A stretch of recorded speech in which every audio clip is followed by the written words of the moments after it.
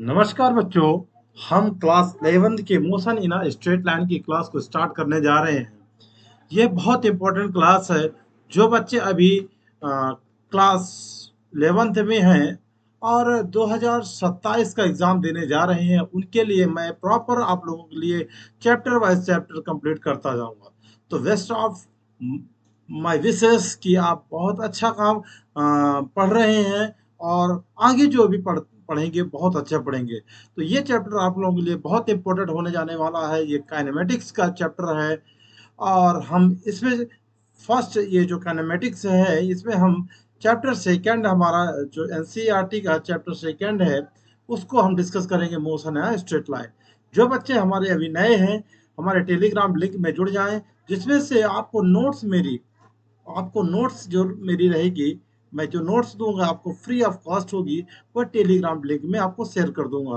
ठीक है, तो टेलीग्राम लिंक में आप जाकर जुड़ जाइए, ऐड हो जाइए, जिसमें से कि मेरी क्लास के आप बहुत अच्छे अच्छे हैंड रिटन नोट्स आपको मिल सके। तो स्टार्ट करते हैं। सबसे पहले जो मैकेनिक्स होता है, मैकेनिक्स में जो फिजिक्स होती है, फिजिक्स को हम जो फिजिक्स की दो ब्रांचेस होती हैं, जिसमें से देखेंगे कि जब कोई ऑब्जेक्ट रेस्ट में होता है और जब कोई ऑब्जेक्ट मोशन में होता है और हम उसके कारण का पता करते हैं, तो ये सब किनेमैटिक्स में या मैकेनिक्स में हम बात करेंगे। तो मैकेनिक्स मेनली टू डिवाइडेड है two part. Number one statics and दूसरा है डायनेमिक्स। हम पूरी फिजिक्स को इसी टू पार्ट में पढ़ेंगे। स्टैटिक्स का मतलब है यहाँ पास जो भी ऑब्जेक्ट होगा वो रेस्ट में रहेगा। ओके, किसमें रहेगा? रेस्ट में। यहाँ पास डायनेमिक्स की बात करते हैं, यहाँ पास जो ऑब्जेक्ट होगा हमारे पास, ये जो ऑब्जेक्ट होगा मोशन करेगा।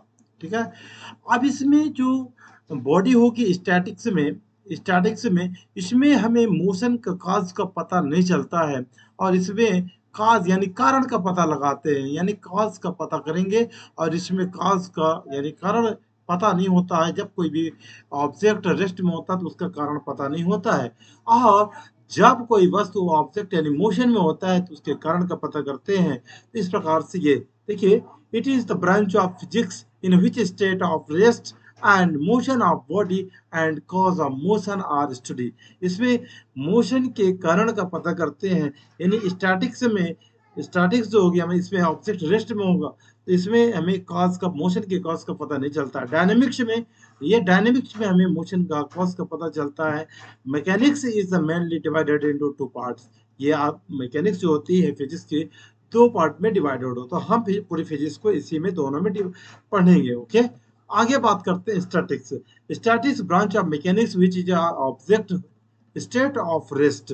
मतलब बॉडी यहाँ पास रेस्ट में रहेगी, और इसमें जब बॉडी रेस्ट में रहेगी तो ये जो स्टैटिक्स के अंदर आता है, और इसमें मोशन के कॉज का पता नहीं चलता है। ठीक है ना।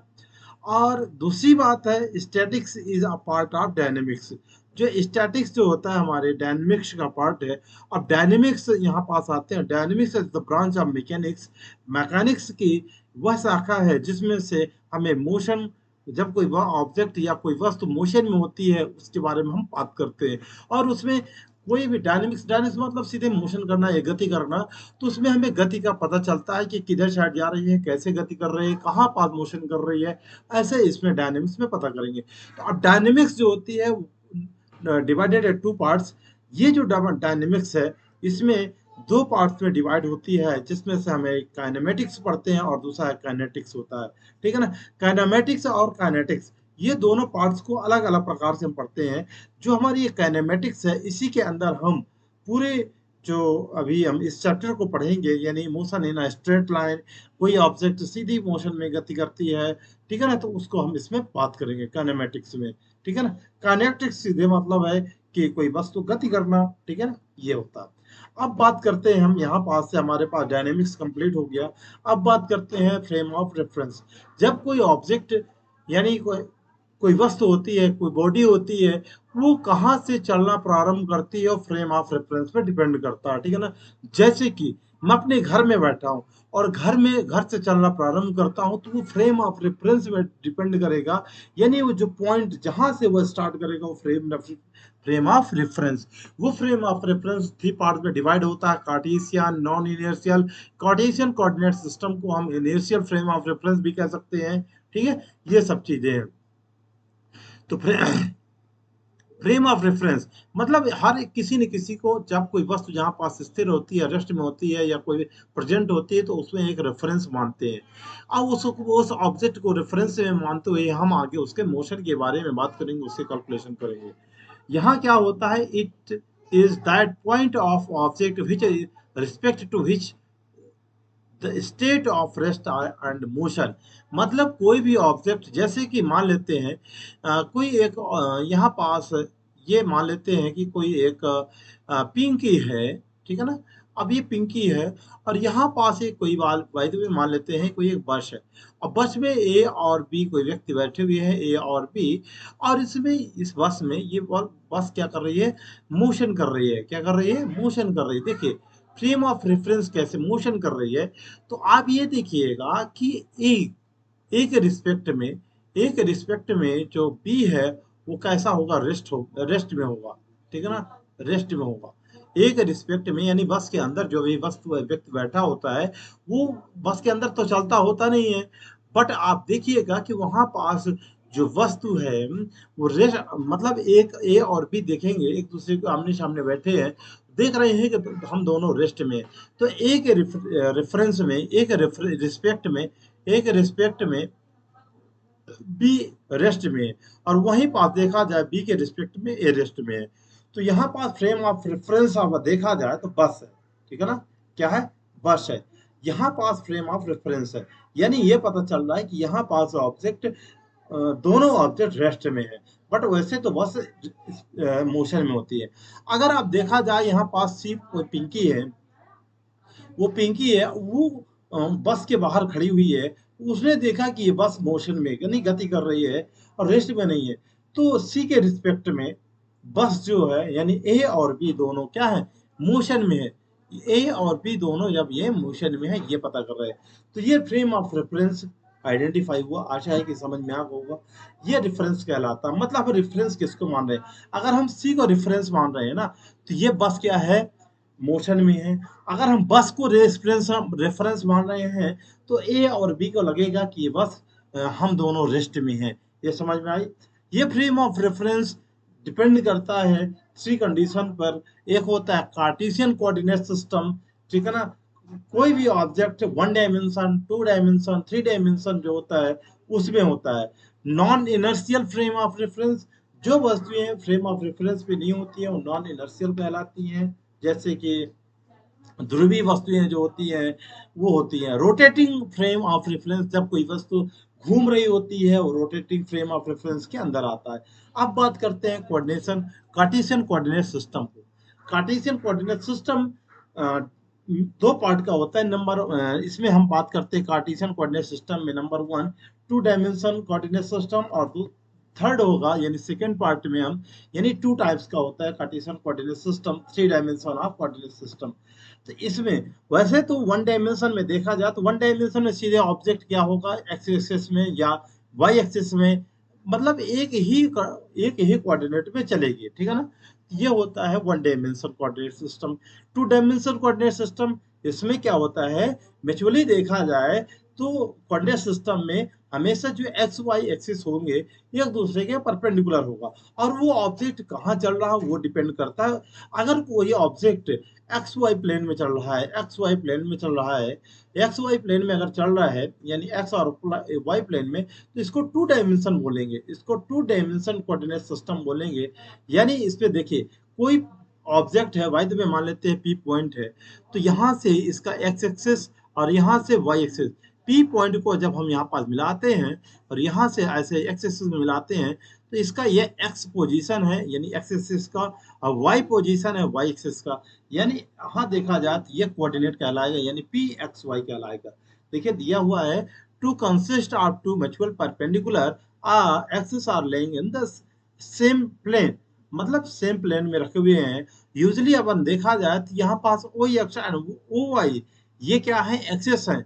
और any point is this system represented by ordinated pair, मतलब कि यहाँ से इसका एक्स और यहाँ से वाई, तो पी जो है एक्स वाई कोऑर्डिनेट कहलाएगा, यानी ये पेयर कहलाता है। और इसी को हम लिखेंगे coordinate of P and x, ठीक है ना, पी एंड एक्स, जिसमें से हम बात करेंगे एक्स ऑफ सीसा होती है और वाई ऑर्डिनेट कहलाता है। इसी प्रकार से हमने इसमें केवल आपको मैंने ये आइडेंटिफाई कराया कि टू डायमेंशन कोऑर्डिनेट सिस्टम क्या होते हैं, जिसमें से कोई भी जो वस्तु होती है, ऑब्जेक्ट जो होती है टू डायमेंशन में यानी एक्स वाई प्लेन में अगर मोशन करती गति करती है तो वो टू डायमेंशन कोऑर्डिनेट सिस्टम कहलाता है।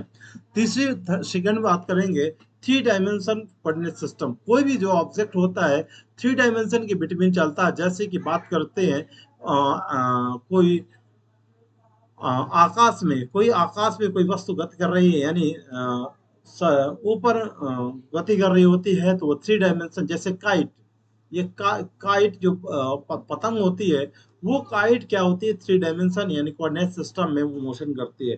तो थ्री डायमेंशन क्या कहलाते हैं, जैसे कि बात करते हैं ये ओरिजिन पॉइंट ओ है, यहाँ से एक्स एक्सिस है इसका, यहाँ से क्या हुआ, इसका एक्स एक्सिस हुआ, यानी यहाँ से यहाँ तक इसका एक्स एक्सिस में इसका पोजीशन है, ठीक है ना, यानी डिस्प्लेसमेंट है। यहाँ से यहाँ तक वाई, यहाँ से यहाँ तक जो है ये वाई उसका क्या है, यहाँ से सॉरी यहाँ से यहाँ तक देखा जाए तो ये क्या हो जाएगा हमारे पास, ये वाई पोजीशन है। और यहाँ पर देखिए दिया हुआ ना यहाँ पास एक्स, एंड ये वाला जो यहाँ से यहाँ तक हुआ ये वाई पोजीशन यानी वर्टिकली, और ये एक दूसरे के परपेंडिकुलर है, तीनों क्या है एक दूसरे के परपेंडिकुलर है, एक्स वाई जेड। अगर ये तीनों यहाँ से अगर देखा जाए तो ये अगर तीनों पी पॉइंट पे मिल रहे हैं, कैसे, अगर ये तीनों पी पॉइंट पे ऐसे मिल रहे हैं, अगर ये तीनों पी पॉइंट में ऐसे मिल रहे हैं, तो ये तीनों यानी देखा जाए तो ये एक्स वाई जेड ये क्या कहलाएगा, इसका कोऑर्डिनेट सिस्टम कहलाएगा। यानी देखिए ये कोऑर्डिनेट कहलाएगा इसका, समझ में आई बात, कोऑर्डिनेट करना बस हो गई, यही है मतलब, इसके एक्सेस को आइडेंटिफाई करना बस हो गया। Any point P is the system is represented by as ordinate triple X Y Z, ठीक है। तो इस प्रकार से एक्स वाई जेड का इसका क्या हुआ, कोऑर्डिनेट कहलाया। समझ में आया कि नहीं आया, सीधी सी बात है। अगर ये इस प्रकार से अगर ऐसे है X and Y and Z, तो यहाँ पास अगर कोई पी पॉइंट है तो पी एक्स वाई जेड कहलाएगा, क्योंकि अगर यहाँ से इसको मिला दिया जाए, यहाँ से ये एक्स में मिलेगा, यहाँ से वाई में मिलेगा, और यहाँ ये क्या होगा और नीचे तक आएंगे तो इसको मिला देंगे ये वाई, तो ये यहाँ पास हमारा हो जाएगा ये वाला और यहाँ से ये हमारे पास इसका हो जाएगा परपेंडिकुलर, ठीक है ना, समझ में आई बात, परपेंडिकुलर हो जाएगा, क्लियर हुआ।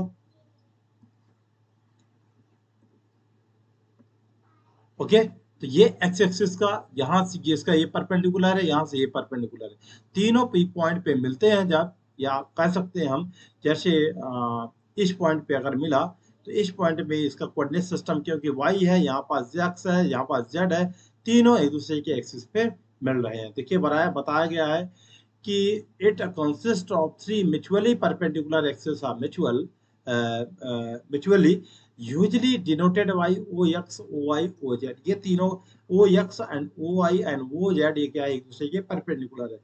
Any point P in the system is represented by an ordinate triple, तो तीनों को हमने एक्स वाई जेड में इसको आइडेंटिफाई कर दिया, किसी एक पी पॉइंट पर इसका कोऑर्डिनेट क्या कहलाएगा, पी एक्स वाई जेड, समझ में आई बात, क्लियर हुआ। जब आप इसको यहाँ से ऐसे मिलाते हैं पी पॉइंट तक ले जाते हैं, यहाँ से ऐसे पी पॉइंट तक ले जाते हैं, ये मिल गया, तो ये एक्स वाई जेड कहलाएगा, क्लियर हुआ। It coordinate of P point at X Y Z, ठीक है ना, एक्स वाई जेड। अब ये एक्स को यहाँ अब्सिसा बोलते हैं, वाई कोऑर्डिनेट बोलते हैं और ऑप्लीकेट बोलते हैं जेड को, क्लियर हुआ। अब मेन इंपॉर्टेंट बहुत इंपॉर्टेंट चीज है, कोई भी ऑब्जेक्ट होती है, हमने तो एक्स वाई जेड एक्सिस में देख लिया कि अगर कोई भी ऑब्जेक्ट एक्स वाई जेड अगर एक्स वाई प्लेन में है तो उसको two dimension X Y Z अगर प्लेन में है 3 डायमेंशन कहलाएगा। अब कोई भी ऑब्जेक्ट अगर रेस्ट कब कहलाएगी और मोशन कब कहलाएगी वो देखेंगे। जब कोई भी ऑब्जेक्ट अपनी पोजीशन को चेंज नहीं करती है, जब कोई भी ऑब्जेक्ट अपनी पोजीशन को चेंज नहीं करती है तो उसको हम बोलेंगे रेस्ट। ठीक है ना, यहाँ पास ही इसको हम बोलेंगे रेस्ट। ओके, समझ में आई बात? If the position of a body does not change with time, मतलब टाइम के साथ उसकी पोजीशन चेंज नहीं हो रही है respect to surrounding of reference point, या उसके सराउंडिंग अथवा कहते हैं या किसी रेफरेंस, मतलब रेफरेंस पॉइंट के सापेक्ष अगर देखा जाए, अगर वो ऑब्जेक्ट रेस्ट में है तो उसको बोलेंगे डज नॉट, मतलब अपनी पोजीशन को चेंज नहीं कर रहा है तो उस बॉडी को बोलेंगे हम रेस्ट में हैं। ठीक है, समझ में आई बात? रेफरेंस के अब डिपेंड करता है कि रेफरेंस हम किसको मान रहे हैं। ठीक है ना, कि बस को मान रहे हैं कि नीचे खड़ी हुई कोई वस्तु को मान रहे हैं या बस के बाहर कोई ऑब्जेक्ट है उससे उसको आप रेफरेंस मान रहे हैं। ठीक है, दूसरी बात करते हैं मोशन। अब मोशन की बात करें अगर, if the motion of a body change with time with respect to time, अगर कोई ऑब्जेक्ट या कोई बॉडी समय के साथ यानी टाइम के साथ अगर वो चेंज हो रही है, does not equal to zero. ठीक है ना, तो उसको हम बोलेंगे मोशन। क्या बोलेंगे? हम मोशन बोलेंगे। ठीक है,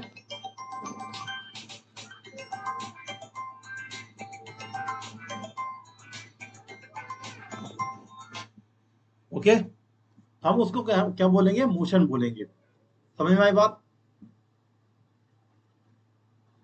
ठीक है, तो इस प्रकार से हम मोशन एंड रेस्ट के बारे में बात कर लिया। Right, clear?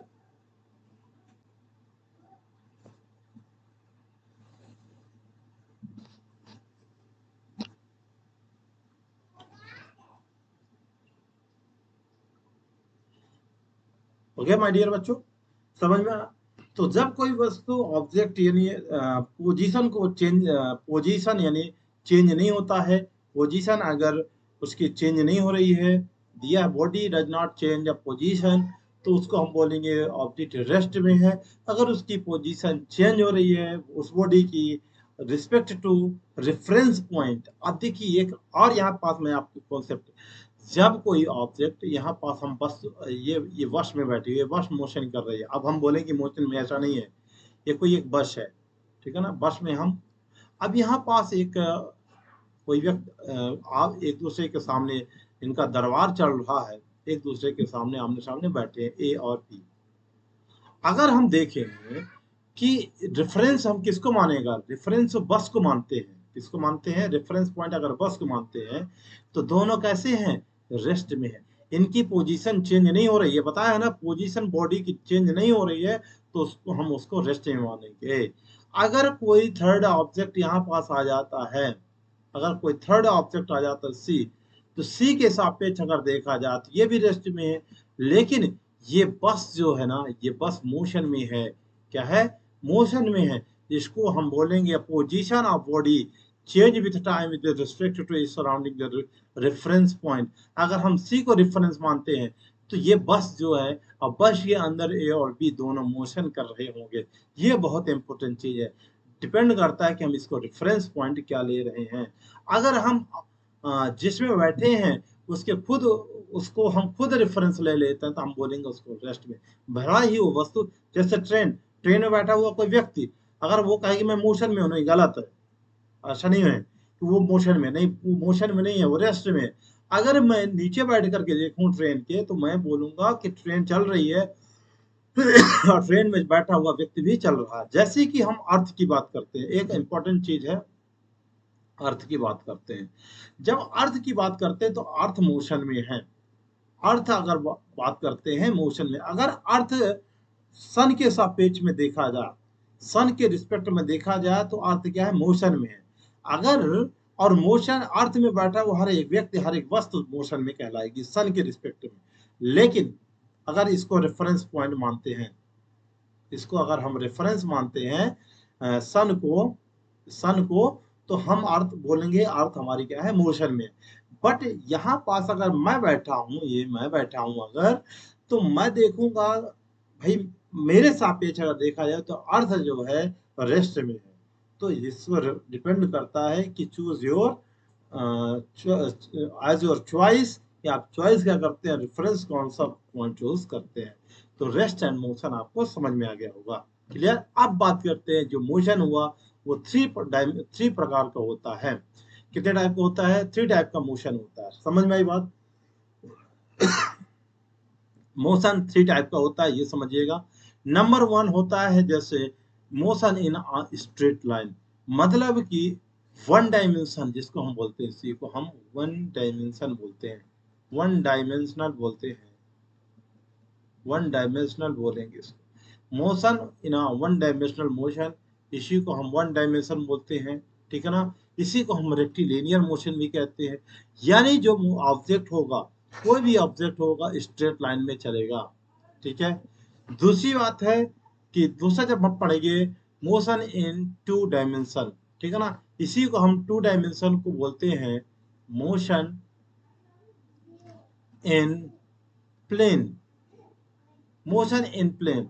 और मोशन इन प्लेन के अंदर हम थ्री डायमेंशन भी पढ़ते हैं। इसमें थ्री मोशन इन प्लेन के अंदर जो ऑब्जेक्ट, जैसे हम बात करेंगे कोई ऑब्जेक्ट हम ऊपर की ओर आसमान में फेंकते हैं, ठीक है ना, तो उसमें वो वाली जो गति होती है जैसे फ्लाइट की मोशन या काइट की मोशन, ये सब थ्री डायमेंशन मोशन में आते हैं। क्लियर हुआ? ये रैंडम मोशन कहलाते हैं। ये इसको हम मोशन इन प्लेन के अंदर ही पढ़ेंगे, टू डायमेंशन मोशन के अंदर ही पढ़ेंगे। ठीक है ना, मोशन इन प्लेन के अंदर। क्लियर हुआ? तो मोशन इन स्ट्रेट लाइन के अंदर वन डायमेंशन, केवल कोई भी ऑब्जेक्ट होगा वो सीधी सरल रेखा में जाएगा, यानी वन डायमेंशन में मोशन करेगा, रेक्टिलिनियर मोशन करेगा। तो बात करते हैं बहुत इंपॉर्टेंट, वन डायमेंशन मोशन क्या कहलाता है। Motion in which body move along a straight line, जो बॉडी को स्ट्रेट लाइन में चलती है उसको वन डायमेंशन कहलाता है। जैसे ये देखिए, v वेलोसिटी से कोई ऑब्जेक्ट बिल्कुल सीधा जा रही है, मतलब सीधे जा रही है, तो उसको हम बोलेंगे वन डायमेंशन मोशन या स्ट्रेट लाइन। जैसे कि बात करते हैं motion of a train on straight track, मतलब पटरी जो होती है उस पटरी में अगर कोई ट्रेन सीधा चल रही है तो motion in a straight line बोलेंगे। जैसे कोई object free fall of body vertically, कोई बॉडी ऊपर से नीचे की ओर आ रही है, गिर रही है बिल्कुल सीधा, जैसे हम इस कोई पेन को छोड़ दे तो वहां के नीचे गिरेगा, तो इसको motion in a straight line का एग्जांपल समझेंगे। क्लियर हुआ? समझ में आई बात? दूसरी बात करते हैं, टू डायमेंशन की बात करते हैं। टू डायमेंशनल क्या है? इसमें जो ऑब्जेक्ट होगा, ये बॉडी होगी, वो प्लेन में मोशन करेगी। ये देखिए, motion in which body move in plane, यानी देखिए कि एक्स वाई एक्सिस में ये एक्स वाई एक्सिस आ जाएगा। जब कोई ऑब्जेक्ट, कोई बॉडी प्लेन में चलेगी तो एक्स वाई एक्सिस में, इसमें से यूनिट वेक्टर इसका हो जाएगा आई, और इसका यूनिट वेक्टर यानी डायरेक्शन को बताने के लिए जे हो जाएगा। जैसे कि बात करते हैं कोई जब वस्तु रोड पे चल रही होती है, बस यानी प्लेन सतह पे चिपक के चलती है, मतलब पृथ्वी से चिपक के चले। समझ में आई बात? पृथ्वी से चिपक के चले और रोड में चले, ठीक है ना। तो रोड में अगर कोई ऑब्जेक्ट चल रही है, चिपक करके चल रही है, देखिए motion of a car on a road. अब रोड तो सीधी होती नहीं है, बिल्कुल सीधी होती है नहीं, वो रोड जो तिरछा मिर्चा रैंड वैंड चलती है, सांप जैसे चलती है, वो क्या कहलाती है? Motion in a plane. हर एक, अगर बाय द वे मान लेते हैं कोई एक ऐसी रोड है तो इसमें आप देखिए कि इसमें टू डायमेंशन आ जाएगा, यानी टू डायमेंशन के बीच एक्स वाई एक्सिस के बीच इसमें हम आइडेंटिफाई करेंगे उसकी पोजीशन को व्यक्त करने के लिए। ये देखिए, हमने इसको पढ़ चुका है, ठीक है ना। एक्स एक्सिस से या पी, अगर कोई ऑब्जेक्ट पी पॉइंट पे है तो इसकी अगर पोजीशन को फाइंड करना तो पहले हमें एक्स में मिलाना पड़ेगा, और फिर हमें क्या करना पड़ेगा, वाई कोऑर्डिनेट वाई एक्सिस मिलाना पड़ेगा। और यहाँ से हमने देखे, यहाँ से मिलाया और यहाँ से मिलाया, तो जहां पास ये कट पॉइंट मारेगा वो क्या कहलाएगा? Coordinate, two dimension coordinate system. ठीक है ना, मोशन इन अ प्लेन। समझ में आई बात?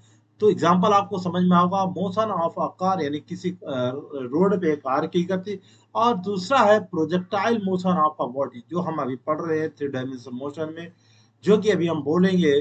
जैसे सर्कुलर पाथ भी होता है, वो भी आइडिया आएगा, राइट। ये चीजें अभी आएंगे, देखिएगा यहाँ पास है। सर तो प्रोजेक्टाइल मोशन जो होगा, ये प्रोजेक्टाइल मोशन जो आकाश में जो गति करने लगती हैं, और ये सब आती है इसमें मोशन इन अ प्लेन में, राइट। अब बात करते हैं थ्री डायमेंशन मोशन क्या है। जब बॉडी मूव करती है स्पेस में, ठीक है ना, स्पेस में मूव करी, वो थ्री डायमेंशन कहलाती है। Motion of an aeroplane in in the sky, sky मतलब आकाश में, एरोप्लेन की पोजीशन को पता करना हो, आकाश में गति कर रही होती है। Motion of planet around the sun, ठीक है ना, ये सब चीजें होती हैं। तो आकाश में जितनी भी वस्तुएं ऑब्जेक्ट होती हैं, वो सब वस्तुओं को हम कहाँ बात करते हैं, third three dimension of motion में।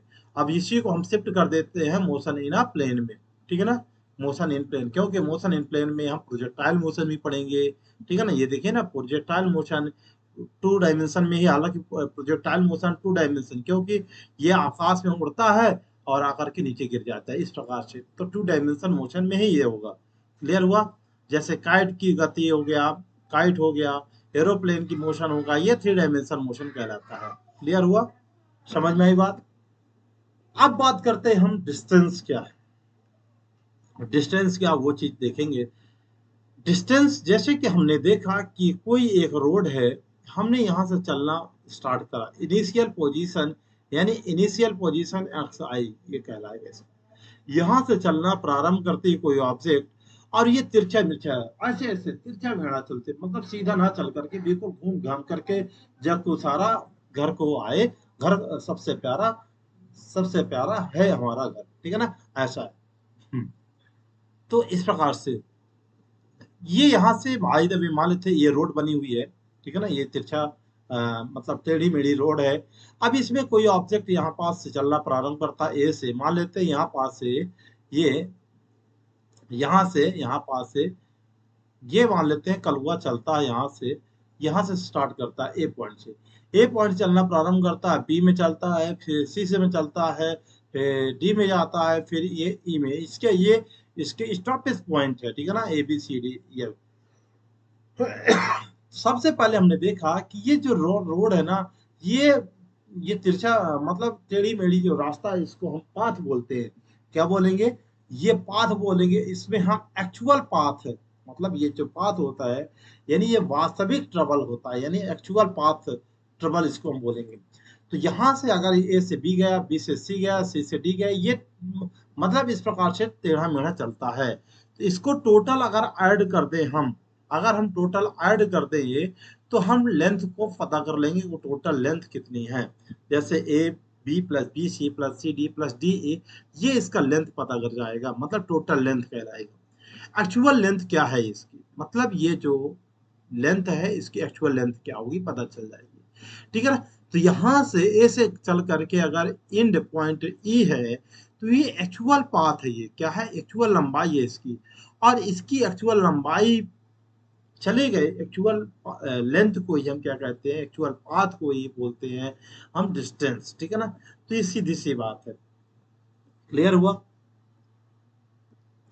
Actual length of the path travel by a body is called the distance, मतलब जिस रास्ते की वास्तविक लंबाई, मतलब जिस जहां से आपने चला है, ठीक है ना, जहां से आपने होकर गए हैं, तो वो क्या कहला रही है, एक्चुअल पाथ, एक्चुअल लेंथ है उसकी, कैसे है, एक्चुअल लेंथ है। और उसको हमने ऐड कर दिया, तो टोटल लेंथ ऑफ पाथ कहलाएगा। देखिए दिया, actual length of the path travel by a body is called the distance. समझ में आई बात। ये जो डिस्टेंस होता है हमेशा पॉजिटिव होता है, ठीक है ना, एंड जीरो हो सकता है। क्लियर हुआ। ये डायरेक्शन पे डिपेंड नहीं करता है, does not depend on direction. इसी कारण से डायरेक्शन पे डिपेंड नहीं करता। देखिए टेढ़ी मेढ़ी इसकी रास्ता है ना, ये टेढ़ा मेढ़ा है, इसमें डायरेक्शन तो है नहीं कि डायरेक्शन है, डायरेक्शन नहीं है।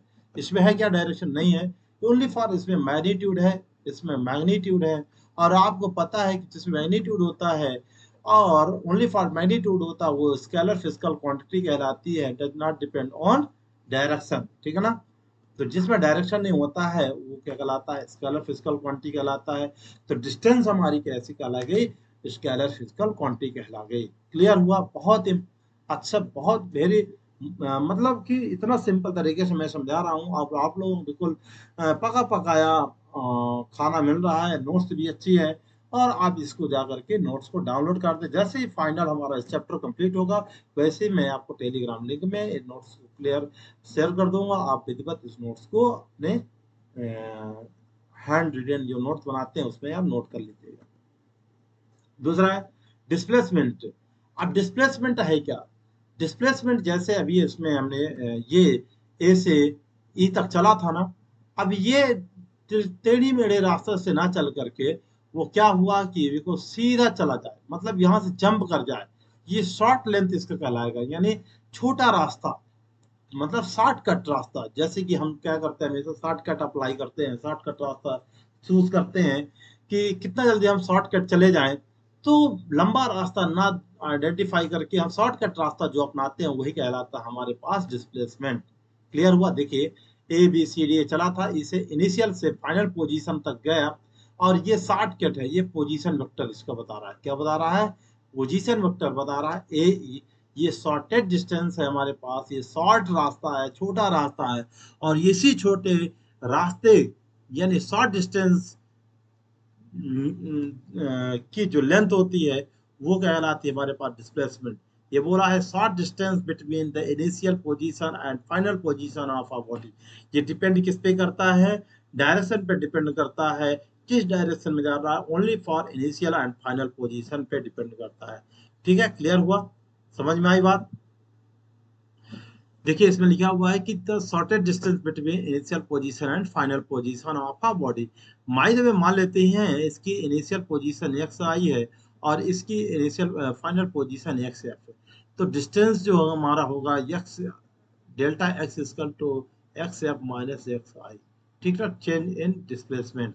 ठीक है, तो विस्थापन में परिवर्तन इतना होता है, ये इसको हम वेक्टर से आइडेंटिफाई करते हैं। जब तक हम वेक्टर नहीं लगाएंगे तो हम ये नहीं कह पाएंगे कि ये हमारे पास वेक्टर फिजिकल क्वांटिटी है। आपको इस टॉपिक को लगाना ही लगाना पड़ेगा। ठीक है, तो ये बता रहा है कि shortest distance between the initial position and final position of body in a given direction is it is called a displacement। ये हमेशा जो डिस्प्लेसमेंट होता है पॉजिटिव भी हो सकता है, नेगेटिव भी हो सकता है, जीरो भी हो सकता है, तीनों चीजें हो सकती है। ये डायरेक्शन पे डिपेंड करता है, इसीलिए डिस्प्लेसमेंट में डायरेक्शन भी होती है, डायरेक्शन भी होता है, और इसका मैग्नीट्यूड भी होता है। ठीक है ना, मैग्नीट्यूड भी होता है, और इसी कारण से ये हमारे पास वेक्टर फिजिकल क्वांटिटी कहलाता है। क्लियर हुआ? ठीक है, डिपेंड ऑन डायरेक्शन एंड ये क्या है हमारे पास वेक्टर फिजिकल क्वांटिटी, क्योंकि इसमें डायरेक्शन भी होता है, क्योंकि ये श्योर पता है कि किस डायरेक्शन में सीधा, मतलब कि सीधी सी बात है 5 मीटर आई कैप, 6 मीटर जे कैप, ये बता देता 5 मीटर के कैप, ये पता चल रहा है कि एक्स एक्स एक्सिस में जा रहा है कि वाई एक्सिस में, या east west north south direction कुछ भी आप लगा सकते हैं, ये श्योर होना चाहिए। ये इसका ये मैग्नीट्यूड है, ये आई कैप जे कैप ये के कैप इसका डायरेक्शन है। क्लियर हुआ? समझ में आई बात? कुछ इसके इंपॉर्टेंट पॉइंट दिए हुए हैं। Distance is the total path length. ठीक है ना, डिस्टेंस हमारा क्या है? टोटल पाथ लेंथ है, मतलब जितना चलता है। ये स्केलर है, इस पर डायरेक्शन डिपेंड नहीं करता है। Displacement is the shortest straight path, मतलब शॉर्टकट रास्ता को हम क्या बोलते हैं? शॉर्टेस्ट पाथ, जो स्ट्रेट पाथ होता है उसको हम डिस्प्लेसमेंट बोलते हैं। ये वेक्टर फिजिकल क्वांटिटी है, इस पर डायरेक्शन होता है ये। अब ये इसका जो डिस्प्लेसमेंट का, अब ये देखिएगा, डिस्टेंस एंड डिस्प्लेसमेंट की बात करते हैं। ठीक है, डिस्टेंस एंड डिस्प्लेसमेंट, तो ये जो डिस्प्लेसमेंट है और डायरेक्शन जो होता है, ये दोनों इक्वल हो सकता है। क्यों? क्यों इक्वल है बताइए? इक्वल क्योंकि ये दोनों जीरो हो सकते हैं। देखिए डिस्टेंस यहाँ दिया है, remember displacement and distance are greater, distance बड़ा है डिस्प्लेसमेंट से, distance is the greater than of displacement. ठीक है ना, एंड इक्वल भी है। तो यानी डिस्प्लेसमेंट एंड डिस्टेंस, डिस्टेंस दोनों इक्वल भी हो सकते हैं, और displacement is greater than of is less than of distance. ठीक है ना, तो डिस्प्लेसमेंट जो होता है डिस्टेंस से छोटा होता है, यानी डिस्टेंस हमेशा बड़ा होता है। are they are equal only when motion is in a straight line without changing direction. अब बता रहा है कि दोनों बराबर कब हो सकते हैं, जब तक ये स्ट्रेट लाइन में चल रहा है और डायरेक्शन चेंज नहीं करता। अगर डायरेक्शन चेंज कर दिया अगर डायरेक्शन चेंज कर दिया तो डिस्टेंस हमारा क्या हो जाएगा, बड़ा हो जाएगा डिस्प्लेसमेंट से। अब देखिए एक एग्जांपल यहीं पर हम समझ लेते हैं। मान लेते हैं कोई ऑब्जेक्ट ए से बी तक चला, ओ से ए चला, ए से बी चला और यहां से सी चला और सी से मतलब इस प्रकार से डाइवर्ट डी तक चला, सी तक चला, सी से डी आया और डी इस प्रकार से आ गया। यहां से मान लेते हैं 0 से चला 5 मीटर, यहाँ से यहाँ तक फिर 10 मीटर, यहाँ से यहाँ तक चला 15 मीटर और यहाँ से चला गया 20 मीटर। ये देखिए यहाँ से आता, ठीक है, सी से डी। ए से बी चला, ए से ओ से ए चला 5 मीटर, ओ से बी चला 10 मीटर और ओ से सी चला 15 मीटर, ओ से डी चला 20 मीटर। अब ये देखिए इनका डिफरेंस जो है 5 मीटर का। अब डिस्प्लेसमेंट टोटल डिस्टेंस क्या होगा, डिस्टेंस का एक्चुअल पाथ ऑफ लेंथ मतलब टोटल ऐड करना 5। अब अगर हम ऐसे अगर इनको आइडेंटिफाई करते हैं, अगर इनको 5 मीटर अगर मैं इसको आइडेंटिफाई कर दूं तो ये इसको आप ऐसे लिखोगे, देखिए ए से बी चला 5 मीटर, फिर 5 मीटर चला, फिर 5 मीटर चला। अगर इनको तीनों सभी को ऐड कर दूं, ये 5 ए से बी, बी से सी चला, फिर 5 चला, फिर सी से डी चला, फिर 5 चला, टोटल लेंथ हो गया 20 मीटर। ठीक है, समझ में आई बात। अगर डिस्प्लेसमेंट की बात करूं, डिस्प्लेसमेंट पहले ए से देखिए 5, यहाँ से 5 प्लस 5 प्लस, ये इस प्रकार से ऐड नहीं कर सकते हो आप। डिस्प्लेसमेंट के लिए आपको इनिशियल एंड फाइनल पोजीशन देखना पड़ेगा, ठीक है, जो हमने बोला है इस प्रकार से हम इसको ऐड नहीं कर सकते। इसकी इनिशियल पोजीशन ये है और यहाँ पास इसकी फाइनल पोजीशन ये है, तो टोटल टोटल इसका shortcut total distance, short distance यानी initial and final position, initial और फाइनल पोजीशन के बिटवीन कितना, ये 5 है, ये 5 है, ये 5, यहाँ से आप 5, इन दोनों को ऐड कर देंगे, टोटल कितना हो जाएगा 10 मीटर। तो ये डिस्प्लेसमेंट जो होगा हमारे पास 10 मीटर होगा। इनिशियल एंड फाइनल पोजीशन पे डिपेंड करता है, नॉट कि ये टोटल पाथ ऑफ लेंथ पर। ठीक है ना, समझ में आई बात। शॉर्ट डिस्टेंस पर छोटा इनिशियल और फाइनल पोजीशन, क्लियर हुआ। कुछ इसका एक एग्जांपल है और अच्छा इसको मैं लेकर आया हूँ, ठीक है। अब बात करते हैं एग्जांपल में। इफ कोई एक एग्जांपल है, if a body move from point A to B, then point B, then from B to C, and final from C to A. Then find the total distance of travel is the displacement. देखिए ये बहुत अच्छा question है, इसमें आपका पूरा concept clear हो जाए कैसे हमको डिस्टेंस और डिस्प्लेसमेंट दोनों पता करना है। एक बॉडी है जो कि पॉइंट ए से चलना प्रारंभ करता है, ए से बी तक कितना चलता है, 8 मीटर, ठीक है, मतलब डायग्राम में ऑलरेडी यहाँ पास हमने शो करा है, 8 मीटर चलता है। और बी से सी तक चलता है 6 मीटर और सी से ए तक पता नहीं हमें कितना है, तो हमें इसको निकालना पड़ेगा। सबसे पहले हम निकाल डिस्टेंस, तो हमें पता है सबसे पहले डिस्टेंस निकालना। डिस्टेंस तो ऑलरेडी ये देखिए डिस्टेंस दिया है, जब तो डिस्टेंस टोटल पाथ जोड़ना है, तो यहाँ से यहाँ तक गया और यहाँ से यहाँ तक गया और यहाँ तक फाइनल पोजीशन इसकी ये ए है, इसका इनिशियल है, एक्स आई है और ये सी इसका फाइनल पोजीशन। समझ में आई बात। तो टोटल ऐड करेंगे तो डिस्टेंस मिल जाएगा हमें ए टू बी और सी टू ए, ठीक है, दोनों को ऐड करा यानी A B plus B C, A B plus B C, इसको ऐड करा तो 8 6 14 हो गया, 14 मीटर टोटल डिस्टेंस आया। अब डिस्प्लेसमेंट के लिए इनिशियल एंड फाइनल पोजीशन पता करना है, तो इसके लिए तो दिया नहीं है, गिवन नहीं है, तो ये रिजल्टेंट इसका ट्राइंगल ऑफ लॉ या इसी को हम पाइथागोरस थ्योरम से इसको निकाल सकते हैं। तो देखिए यहाँ पास ये हमारे पास हाइपोटेनियस हुआ, ये बेस हुआ और ये क्या हुआ, ए बी हमारे पास ये ए बी हमारे पास बेस हुआ और बी सी हमारे पास क्या हुआ, परपेंडिकुलर हुआ। हाइपोटेनस की वैल्यू पता नहीं है, इसको स्क्वायर हटाया तो यहाँ अंडर रूट आ गया। और ये बेस जो दिया, देखिए ये बेस दिया हमारे पास ए बी आर्ट्स और बी सी हमारे पास, इन तीनों के स्क्वायर ले लो और अंडर रूट से, ये अंडर रूट पता है आपको, यहाँ से यहाँ पास स्क्वायर था, इसको हमने हटाया तो यहाँ अंडर रूट चढ़ गया है। ए बी और बी सी के वैल्यू पुट कर दिया, 88 60 और 66 36, ये 100 हुआ, टोटल आया 10 मीटर। अब यहाँ से ए से सी का टोटल शॉर्ट डिस्टेंस हुआ, शॉर्टेस्ट डिस्टेंस हुआ, जो छोटा रास्ता हुआ 10 मीटर हुआ। इस प्रकार it is the path length between two point. ये जो डिस्टेंस जो होता है, path length between two points के बिटवीन होता है, और ये हमेशा पॉजिटिव एंड जीरो होता है। डिस्प्लेसमेंट शॉर्टेस्ट डिस्टेंस के बिटवीन इनिशियल और फाइनल पॉइंट के बीच होता है, एंड ये क्या देता है, डायरेक्शन देता है।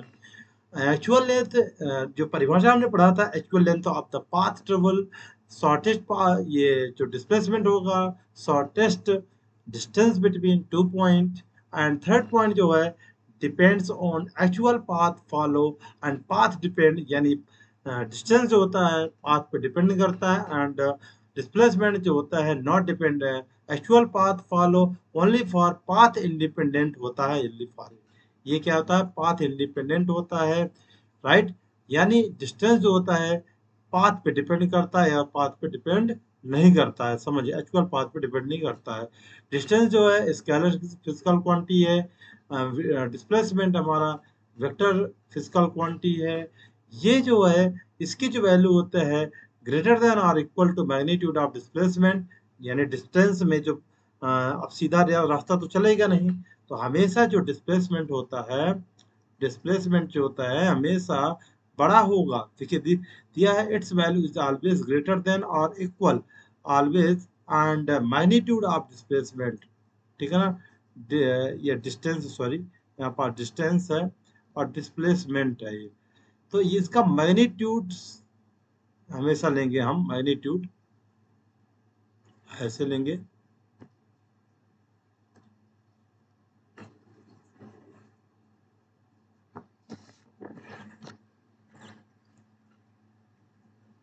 देखिए क्या कर रहा है, it's value of always greater then, यानी डिस्टेंस जो होता है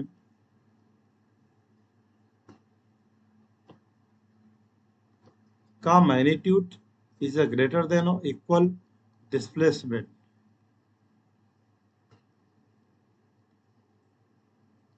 डिस्प्लेसमेंट ऐसे होता है, ठीक है। And it's value can be positive, ये दिया ना, और इसकी जो वैल्यू होती है, मैंने बताया कि पॉजिटिव होता है, जीरो होता है। It's value can be positive, negative, and zero can be less than distance, ये हमेशा डिस्टेंस से लेस देन होता है, छोटा होता है डिस्प्लेसमेंट, ठीक है ना। समझ में आई बात, यानी पॉजिटिव होता है, निगेटिव भी हो सकता है, जीरो भी हो सकता है, और ये होता है ग्रेटर देन होता है और इक्वल भी होता है। समझ में आई बात। अब बात करते हैं एक इम्पोर्टेंट जो हमारा पॉइंट है, सर्कुलर पाथ पर डिस्टेंस एंड डिस्प्लेसमेंट, ये हमेशा एग्जाम में पूछा जाता है। तो सर्कुलर पाथ जब गोल गोल राउंडिंग करता है, तो आपको पता होगा जो डिस्टेंस है, अगर डिस्टेंस यहाँ पास सर्कुलर पाथ हमारा डिस्टेंस क्या कहलाता है, ये डिस्टेंस है, ठीक है ना, ये सर्कुलर पाथ है। इस सर्कुलर पाथ पे जब वो मोशन करता है, मूव करता है, तब के लिए बात करते हैं। अगर कोई ऑब्जेक्ट ए से डी, डी से बी तक ऐसे सर्कुलर पाथ में गया, तो यहाँ से यहाँ तक का डिस्टेंस कितना होगा वो बता रहा है। समझ में आई बात। ये जो चौड़ होता है ये डिस्टेंस बताता है, और ए भी हमारे पास ये क्या है, डिस्प्लेसमेंट है, ध्यान दीजिएगा, ठीक है। तो डिस्प्लेसमेंट एंड डिस्टेंस की बात करते हैं। डिस्टेंस हमारे पास, बाय द वे यहाँ पास इसको टी मान लेते हैं। डिस्टेंस इक्वल टू होता है इसका radius R, angle between theta, क्योंकि एंगल बराबर हो इक्वल टू होता है चॉर्ड अपॉन रेडियस, ठीक है ना, रेडियस, ये फॉर्मूला होता है। क्लियर, समझ में आई बात। तो ये एंगल जो हमारे पास है ये थीटा होता है, तो इसमें डिस्टेंस, यानी ये चोड़ हमारे पास क्या है, ये डिस्टेंस अपॉन रेडियस हो गया, तो डी इक्वल टू हो जाएगा थीटा आर। क्लियर हुआ। तो ये डिस्टेंस हुआ। अब ये एंगल कितना है वो डिपेंड करता है डिस्टेंस पे। डिस्प्लेसमेंट की बात करते हैं, तो डिस्प्लेसमेंट सबसे पहले तो आप ये देखिए ए बी है, कितना है, ए बी है। अब ए बी इक्वल टू कितना है, तो इसमें अगर देखा जाए तो ये वाला इसका परपेंडिकुलर है, यानी परपेंडिकुलर है, और एंगल ये थीटा। क्लियर। जब ये एंगल पूरा थीटा है तो ये आधा हो जाएगा थीटा बाई टू, ये भी हो जाएगा थीटा बाई टू, आधा आधा, हाफ ऑफ हो जाएगा। क्लियर। अब हम एसी की बात करते हैं यहाँ पास, एसी कितना होगा हमारे पास, तो एसी यहाँ पास अगर देखा जाए तो ये हमारे पास ये बेस है, ये परपेंडिकुलर है, और ये हमारे पास हो जाएगा हाइपोटेन्यूस, राइट। तो यहाँ पास साइन थीटा का फॉर्मूला अप्लाई करेंगे, sine theta by two equal to होता है, परपेंडिकुलर हमारे हो गया ओ सी, और हमारे पास ओ ए। ओ सी हमारे पास कितना है पता नहीं है, परपेंडिकुलर शायद, सॉरी, ओ सी, ए सी हमारा परपेंडिकुलर, क्योंकि देखिए इसको अगर आप कंफ्यूज हो जाते हैं तो इसको कैसे आप आइडेंटिफाई करेंगे हमारे पास परपेंडिकुलर कौन है। जस्ट एंगल का सीधे वाला जो साइड होता है ना, वो परपेंडिकुलर कहलाता है, ध्यान दीजिए, जस्ट एंगल के सामने वाले लाइन। समझ में आई बात। तो हमारे पास एसी हो गया, हमारे पास ए परपेंडिकुलर। अब ये परपेंडिकुलर यानी एसी पता नहीं है हमारे पास कितना है, एसी एसी इसकल टू हो जाएगा ओ ए, वो ए कहाँ है, आर। तो एसी का जो वैल्यू आई है हमारे पास, एसी इसकल टू आ जाएगा R sine theta by two. Clear. Total distance यहाँ से AC है, हालांकि आधा आधा है बिटवीन, मतलब ऐसे एंगल, ऐसे इसका डायग्राम यहाँ पर सेंटर में होना चाहिए था। तो ये जो है ए बी इसकल टू हम कह सकते हैं A B plus, sorry, A C plus C B, C B. तो टोटल सी बी जो है हमारे पास ए सी के बराबर अगर ले लें, ए सी के बराबर, तो ए बी इसकल टू हो जाएगा हमारे पास 2AC। क्लियर। तो ए बी इसकल टू हमारे पास हो जाएगा डिस्टेंस, डिस्प्लेसमेंट, डिस्प्लेसमेंट हमारे पास हो जाएगा A B is equal to 2AC। अब जब 2AC आया तो 2 का मल्टीप्लाई कर दिया जाए तो आर साइन थीटा बाई 2 हो जाएगा। क्लियर हुआ। तो डिस्टेंस हमारे पास यानी डिस्प्लेसमेंट जो होगा, डिस्प्लेसमेंट, डिस्प्लेसमेंट हो जाएगा 2R sign theta by 2। Clear हुआ। अब यहाँ पास जो थीटा है, अब एक इम्पोर्टेंट चीज है कि अगर ये थीटा इजकल टू कितने कितने हो जाए, 0 डिग्री हो जाए, क्या होगा, theta equal to pi by two हो जाए, यानी 90 डिग्री, 3 पाई बाई 2 हो जाए तो कितना होगा, 3 पाई बाई 4 हो जाए तो कितना हो जाएगा। इस प्रकार से डिपेंड करता है कितना हो जाएगा। ठीक है ना। तो एंगल अगर 60 डिग्री है, अगर एंगल 60 डिग्री है, तो 60 डिग्री को कैसे आइडेंटिफाई, 3 पाई बाई 2, यानी 60 डिग्री को हम थीटा इक्वल टू यहाँ पर 60 रखिए तो आपका एक नया एंगल मिल जाएगा। क्लियर हुआ। तो आगे हम बात करेंगे। इस प्रकार से आपके पास दो फॉर्मूला मैंने बताया, एक होगा डिस्प्लेसमेंट का और होगा एक हो गया डिस्टेंस। क्लियर हुआ। आर थीटा यानी थीटा का वैल्यू पुट करना है, बस हो गया। क्लियर हुआ, समझ में आया कि नहीं आया।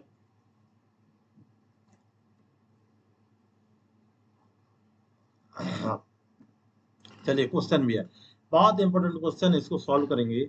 A man start from his home and, मतलब अपने घर से वॉक करना स्टार्ट करता है 50 metre toward north to turn toward east and walk 40 metre and then reach to his office moving 20 metre toward south. देखिए सबसे पहले इसका डायरेक्शन बना लेंगे। ठीक है। जब आप डायरेक्शन बना लेंगे तो आपको ऑटोमेटिक समझ में आ जाएगा कैसे जा रहे हैं, नॉर्थ, ठीक है ना, south to north, east west, ऐसे। ठीक है ना। ये डायरेक्शन आप सेट कर लीजिए। अपने घर से स्टार्ट करता है पहले वो, ठीक है, और कितना चलता है, 50 मीटर।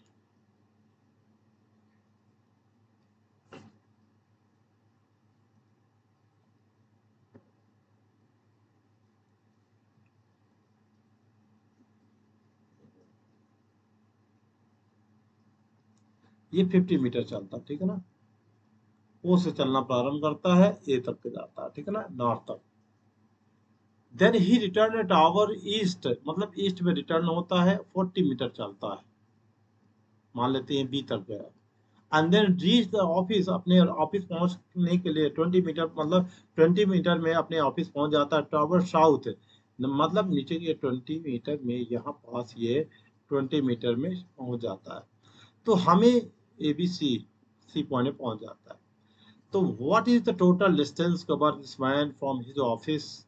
तो डिस्टेंस हमें फाइंड करना है। डिस्टेंस फाइंड करने के लिए आपको पता है ना, ऐड कर देते हैं। सबसे पहले वो ए ऐड करिए, ए बी ऐड करिए और फिर बी सी ऐड करिए। टोटल हमारे पास आंसर आ जाएगा 50 + 40 + 20 इसकल टू कितना हो जाएगा 90, यानी 110 metre. Clear? And what is the displacement? इसको कैसे पता करेंगे कि डिस्प्लेसमेंट कितना है?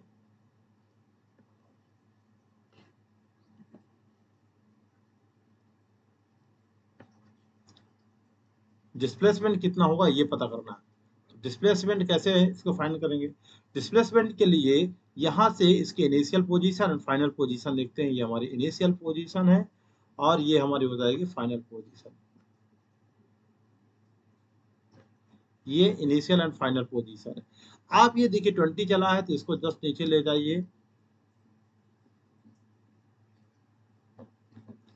और इसको मिलाइए।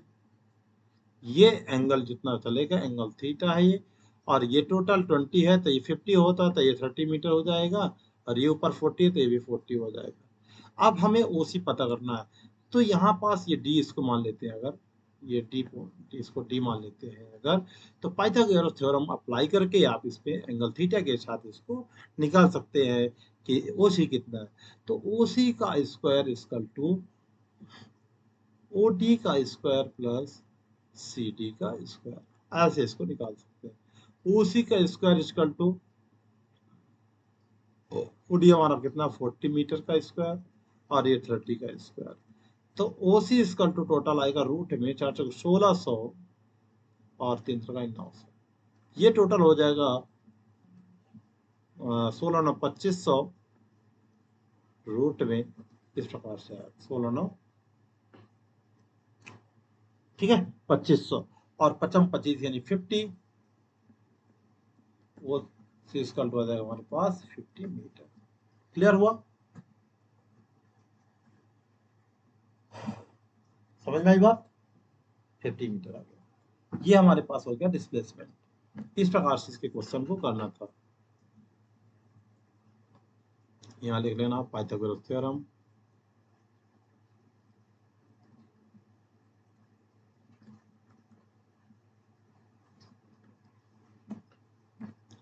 अभी एक और एग्जांपल है, इसको देखिएगा आप। बोल रहा है कि an object cover 1/4 of the circular path. बहुत अच्छी बात है, यहाँ पास बहुत अच्छा क्वेश्चन, इसको सॉल्व करते हैं। ये बोला है कि 1/4 पाथ कवर करता है, ये 1/4 हो गया। मान लेते इतना एक कवर कर लेता 1/4, ठीक है।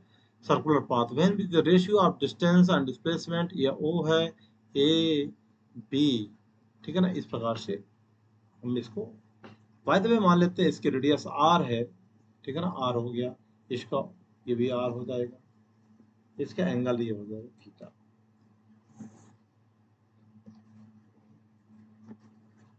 ठीक है जी। तो सबसे पहले हमें क्या पता करना है? डिस्टेंस। डिस्टेंस में आपको पता है 2πr होता है। अब इसमें बताया गया कि 1/4 है, यानी एंगल ये है थीटा, जो दिया हुआ है 1/4 है, यानी ये पूरा है। ये टोटल डिस्टेंस है, तो आधा डिस्टेंस यानी ए से बी तक के बिटवीन कितना होगा? ए से बिटवीन इसका 1/4 कर दीजिए। 1/4 कर दिया जाए तो πr/2 हो जाएगा, यानी डिस्टेंस हमारे पास कितना आ गया? π/2, πr/2। क्लियर? 1/4।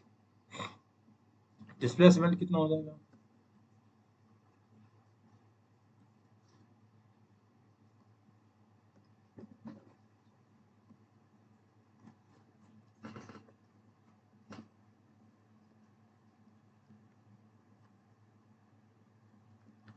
डिस्प्लेसमेंट आपको पता है, मैंने अभी बताया है कि 2r साइन थीटा बाई 2 होता है इसका फॉर्मूला, ठीक है। और रेडियस गिवन है, एंगल दिया है, और इसका सीधे एंगल कितना बन रहा है 1/4 में 90 degree, theta equal to 90 degree ये बन रहा है। तो 2r sine 90/2 equal to 2r sine 45 degree, ठीक है जी। और 45 1/2 शायद होगा।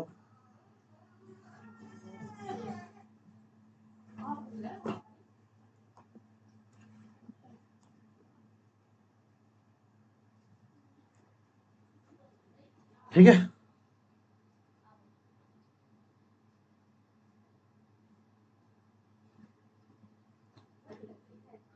तो साइन 45 इक्वल टू 1/√2 इसका वैल्यू होता है, तो 2r इंटू 1/√2, इसको जब आप करोगे तो 2r√2 इंटू √2 ऊपर नीचे मल्टीप्लाई करिए तो 2√2r बाई 2 हो जाएगा, 2 से 2 काटा तो r√2 आ जाएगा, r√2 इतना है। क्लियर, ये डिस्प्लेसमेंट है। नाउ रेशियो, क्वेश्चन पूछा रेशियो में, अब रेशियो कहाँ गया, what will the ratio of distance and displacement, तो डिस्टेंस एंड डिस्प्लेसमेंट का जो रेशियो है पाई r बाई 2 इंटू r√2, ठीक है। तो इसमें से पाई r से r कट गया है, r से r काट दो, ठीक है ना, ये r से r काट दो तो ये आ जाएगा 2r√2, तो ये फाइनल आंसर हमारे पास हो जाएगा पाई r 2√2, दैट्स आंसर। ओके, इस प्रकार से हमें इसको सॉल्व करना। क्लियर हुआ?